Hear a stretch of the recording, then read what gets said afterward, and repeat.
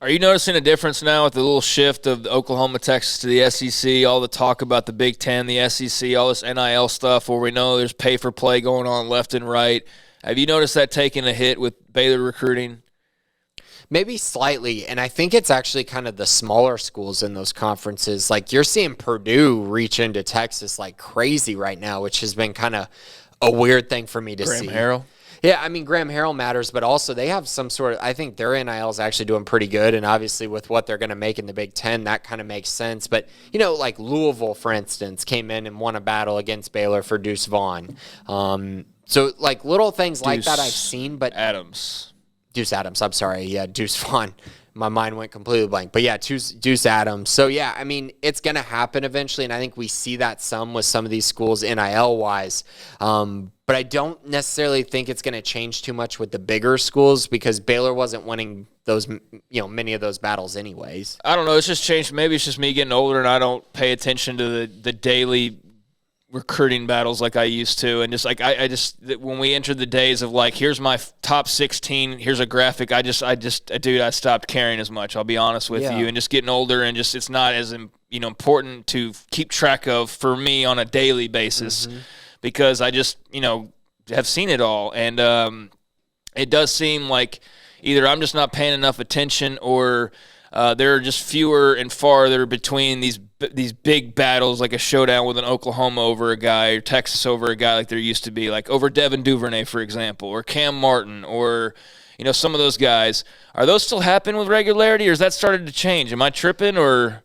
I think you're. Is it just the game's different in general because it seemed like there were these like meaningful battles and now it's just kind of I don't know. I don't know how to explain it. I think Baylor was at a different point. For sure, that's part of those. I mean, that could be the answer is that they were at a different level then. That's part of it, especially on the offensive side. Yeah, right? For sure. They had all that, the flashy year, the points. They were doing all kinds of crazy things, and now you're at a different point. You're battling with NIL, which obviously matters. But, yeah, I still think those things are happening. Maybe not specifically with Oklahoma and Texas as much, but like the Austin Novosad thing with Oregon, that was a big one. They've had some major battles that they've won and lost. But yeah, I guess it is becoming a little bit less with Texas and Oklahoma, but I don't know if that's just because of the guys that they're going hard after or if it's just those guys are committing really early because it does seem like Texas and OU have landed, they land guys pretty early in the process. Yeah, and I mean, I trust the staff's evaluations, but I think this upcoming year is going to be a big year. We're really going to see like, all right, what kind of talent's being brought on and developed and all those types of things because, now Oklahoma and Texas, and, you're picking and choosing your battles with them anyways and winning some on occasion. But it does seem like that's kind of less and less now. And I know a lot more of the focus is now on your TCUs and your Texas Techs. And, you got to be wary of, how many battles you're winning against those teams. I think you've won your fair share, but TCU's obviously got a leg up now.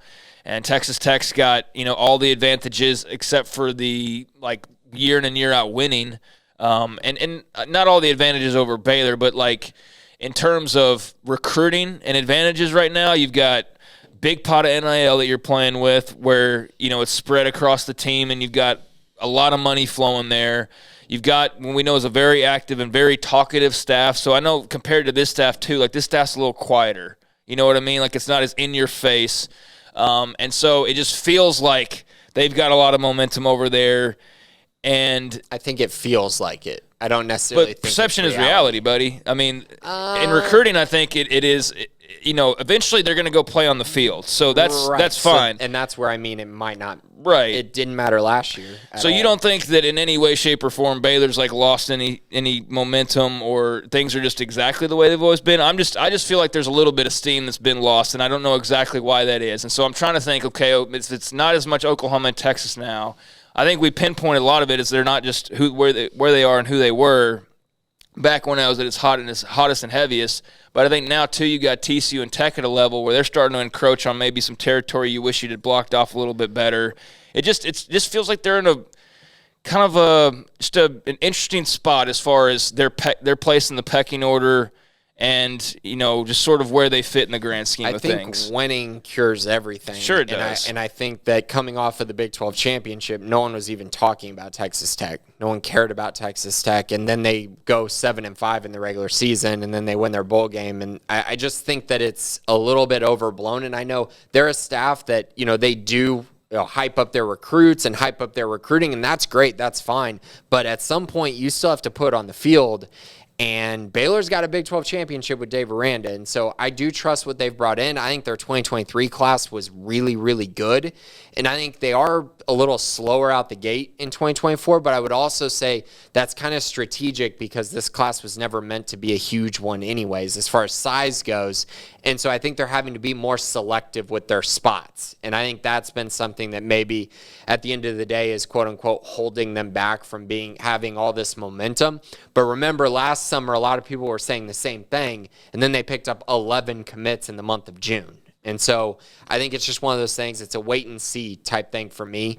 But, yeah, I mean, there's no doubt Tech has some guys, and their recruiting rankings look good, and they look nice, and I understand all that. But I do think at some point you got to put on the field.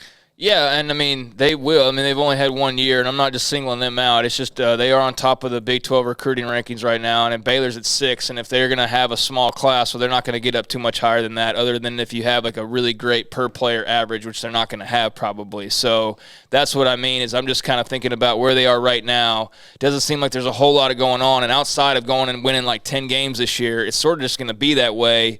And I'm just curious of where that brings you ultimately, and kind of where you find yourself. It's very curious of where we'll be talking about them on the other end of this following season, and that's why I think it's super important for them to show some development, them to show that the guys that they've recruited are not only panning out but are performing and are evolving. And I just think coming off last year where you had this dump off of all these Matt Rule guys that were NFL players. And then relatively quiet draft, but a lot of undrafted guys. But even some of those two guys were remnants. Siaki was an Aranda guy, and that was your one draft pick. But just where's the talent level next year? You see where I'm coming from here? Yeah, no, I do, yeah. And I understand. I definitely understand that viewpoint. I think a lot of this will be a telling year. It will be. Aranda's recruits very young, obviously. So 2021 was just older guys developing under Aranda and then being really good. None of those guys were doing much when Matt Rule was there. So they were developed by Aranda and then obviously got drafted. But I think now a lot of this has to do with can they develop guys that they recruit specifically?